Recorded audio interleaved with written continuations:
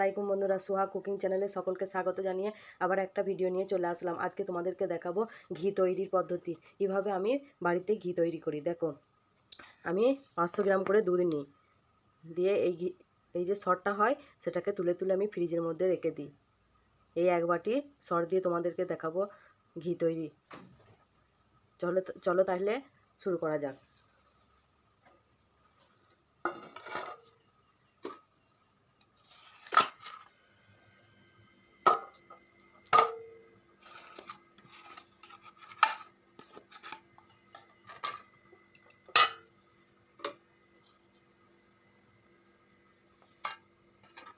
এবারে আমি এটাকে হাত দিয়ে ভালো করে ফেটে নেব।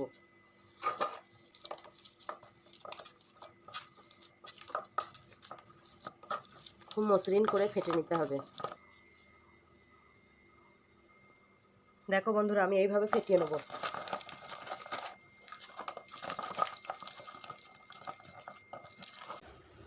দেখো বন্ধুরা, ফেটিয়ে ফেটিয়ে কতটা স্মুথ হয়েছে।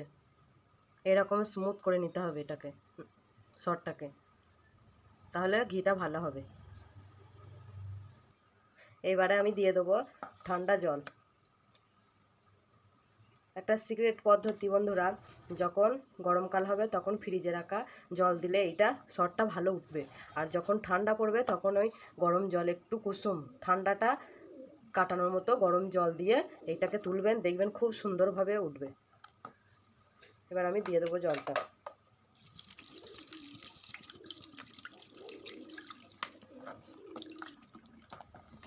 এর সঙ্গে দিয়ে দেবো একটু লেবু।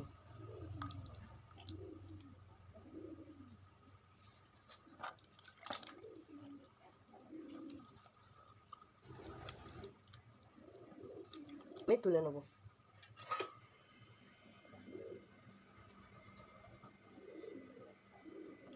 নিয়েছি, তাহলে চলো ঘিটা বানাই। ঘিটা বানানোর জন্য আমি কড়াটা চাপিয়ে দিয়েছি, এবারে এটাকে দিয়ে দেবো।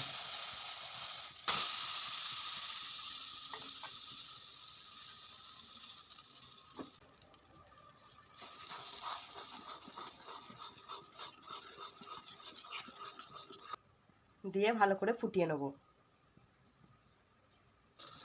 দেখো বন্ধুরা, ঘিটা ফুটছে। এবারে আমি গ্যাসের ফ্লেমটাকে ছাপ কমিয়ে দেবো, না হলে তলাটা পুড়ে যাবে আর ঘিটা কাঁচা কাঁচা ভাব থাকবে।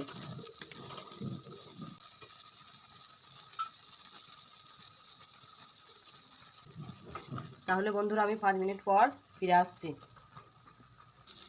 দেখো বন্ধুরা, 5 মিনিট পর ফিরে এলাম। দেখো ননিটা হচ্ছে এরকমই থাকবে, আমি এটাকে নাড়াচাড়া করব না। এটা যখন ঘিটা হয়ে যাবে তখন ওইটা ধরে তুলে ফেলে দিলেই ঘিটা পরিষ্কার উঠে যাবে।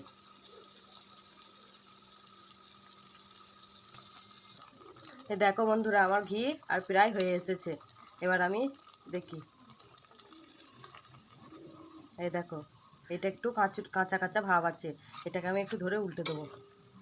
একদিকটা হয়ে গেছে, দিয়ে ওই দিকটা একটু হইয়ে নিলেই আমার ঘিটা তৈরি হয়ে যাবে। দেখো বন্ধুরা, আমার এই পিঠটাও হয়ে গেছে। এবারে আমি এটাকে তুলে ফেলে দেবো আর গ্যাসটাকে বন্ধ করে দেবো। এটা ভাত কিংবা মুড়ির সঙ্গেও খাওয়া যেতে পারে।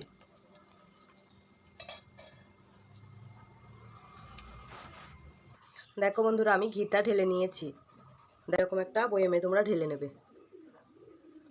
বাটি দুধের সর থেকে কিভাবে দেখো 1 বাটি ঘি হলো, খুব সহজ উপায়ে। তোমরা এভাবে বাড়িতে বানিয়ে নেবে ঘি।